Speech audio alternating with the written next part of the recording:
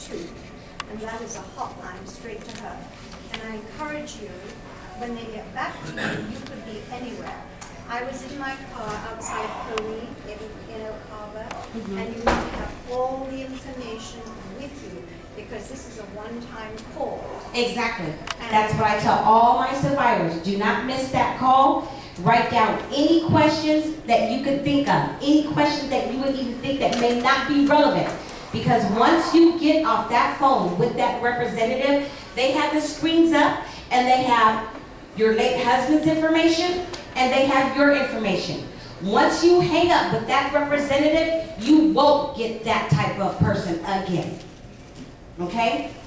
So you do want to make sure, and thank you so much for that, ma'am. You do want to make sure that you have all those questions that you may want to ask. Yes, sir.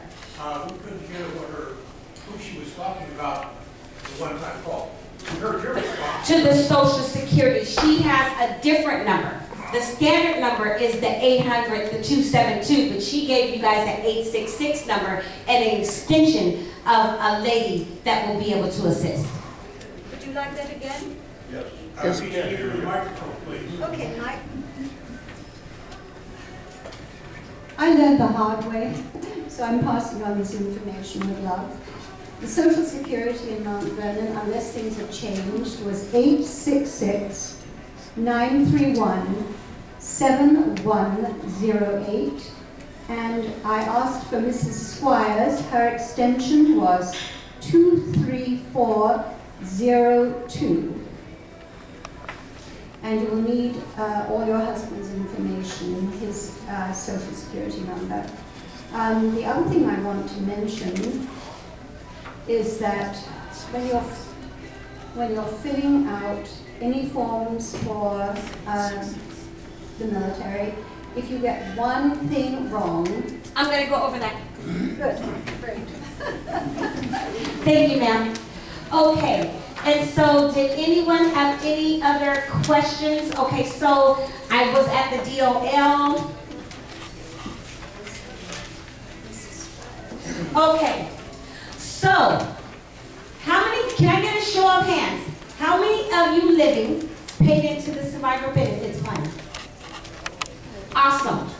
So when survivors come to me, we will complete that 2656-7, which is the survivor benefits plan application. We will also complete an SF 1174 for the arrears of pay. What that means to you is that if your living live husband was to pass away, say, on the 25th of the month, what that means is that DFAS, Defense Finance Accounting Services, will owe you a prorated check for the days that they survived in the month that they passed away. Because the military and the VA pays in the rear. So when those deposits hit the account on the first of the month, do not, I cannot say this enough, do not touch those funds. Because the VA, DFAS, and Social Security are going to come directly back and recoup all those funds because they did not survive that whole month. So you're not eligible. Okay? And then we will also complete a W-4P. That's where you will be authorizing DFAS to take taxes out to pay the IRS on your behalf. The last form we will complete for DFAS would be a direct deposit form. And again, anytime the VA and or DFAS is making monthly reoccurring payments, that has to be set up through direct deposit. Now, can you complete these forms on your own? Absolutely. Do I recommend it? Absolutely not. Reason being is because one alpha, one number on any of these forms, when you're applying for your survivor entitlements, if it's incorrect, you will receive a letter from DFAS and or the VA saying we have received your application for your survivor entitlements. Your application has been denied. See below.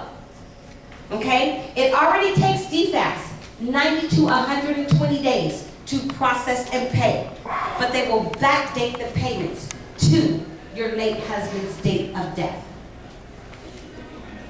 Does anyone have any questions regarding the DFAS forms? Yes, ma'am. Mike, the mic again. download all these forms from the internet and practice. I was going to get to that.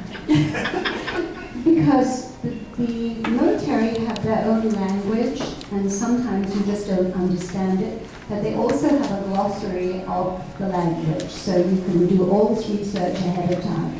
I suggest you do it because it's a kind thing to do. Thank you.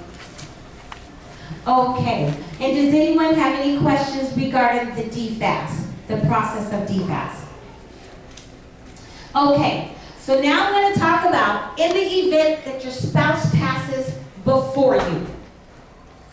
Once you receive the death certificate, we'll get you on the calendar to come in, or you can do this on your own. You will have to take the death certificate to the installation, to the DEER's office, and they will see if your wife's passing has been reported. If it has not been reported, they will go ahead and scan in the death certificate. Okay? So that way the passing has been reported. If you paid into the survivor benefits plan, even if you're paid up with all of your payments, we still recommend that you suspend that account. So you would have to complete a DD Form 2894 to suspend the account. You will also need to complete a 2656-6 for the arrears of pay. You would have to take your wife off as the sole beneficiary, and you can add up to 6 people. Okay? Most likely that's going to be your children. You will need their social and their full address, and of course you'll have their name. And then you will need to send that form off or fax it in to DFAS so they can update the arrears of pay for you. And if you are receiving any VA disability, if your disability is over 30%, you're receiving that additional amount. It's like $136 and some change. You will also need to report that to the VA. One thing you don't want as a retiree, as a veteran, is to have a debt to the VA. Okay? Because they will come back and take that payments. Okay, does anyone have any questions for me? Yes, ma'am. Has in recent years, has the ability to have more than one beneficiary, which you just mentioned? Yes, you can have multiple. Has it changed in recent years? No, no. Because that is up to the veteran to say who he wants as his beneficiaries. I see it where the spouse, that they can have the spouse will get 34%, then they break it down. If it's 3 people, and then that child would be 33%, and then the next child would be 32%. So they have the percentage rates. Well, wasn't it at one time when it first started that the spouse was the only person who could live specifically? You know, I don't have an answer. One thing I never want to do is give out incorrect information. I don't know the answer to that. I think it was that. But now they can have multiple people as the beneficiary, yes, for the arrears of pay. Yes, ma'am. Okay, yes, ma'am. Could you explain the license plates again? Yes, for the Gold Star license plate, Who gets the Gold Star license? the Gold Star license plate goes to the surviving spouse Why? because they are eligible for DIC. That is the Dependency Indemnity I Compensation. thought that was only, Gold Star was only people killed on active duty. No, no, that is not true. Okay? And I process, because of the relationship that I have established with the Washington DVA and DOL, I process the Gold Star license plate applications through my office, and all that you need is that VA award letter. And if you don't have it, I go right next door to see either Mr. Anthony Moye or Miss Annalisa, and they go ahead and draft up that VA award letter, and I scan that to myself after you complete and sign the Gold Star license plate application. The good part is that the DOL here in Washington will mail the plate directly to that surviving spouse. You don't have to go in and pick it up. Yes, ma'am. Would it be okay if I make a couple of comments? Yes. I've just gone through this awful experience. Number one, I found out that, keep me back there. Sorry. The first thing I found out was, as you said, they will stop your bank account. Yes. Even if you are on the name of that bank account, which I was. Depending on the financial institution, that is correct. When I notified them that my husband had died this year, they told me that they would take care of canceling my account and that I would have to now reapply. What they didn't tell me was that they immediately canceled my credit card, Yes. which was a big shock because I went shopping that afternoon and it was denied. Apparently, even if your name is on the credit card, it is useless. You must, Because you're the authorizer, You- and not the name. right, you must be the primary owner of that card, which was an experience I had gone through. Secondly,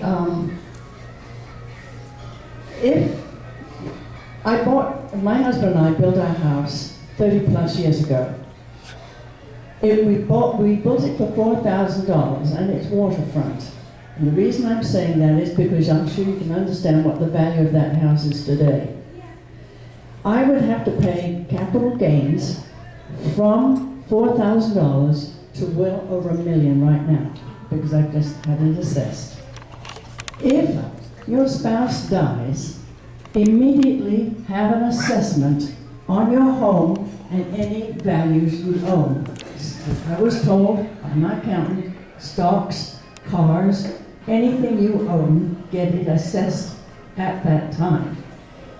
When you sell any of those pieces of property, the tax man will only charge you from the assessment date, plus the $250,000 that you'll be allowed. Because you lose, when your spouse dies, you lose the credit of $250,000 because you have $500,000 for spouse. Does that make it clear? Yes, ma'am. Thank you. Thank you so much for sharing.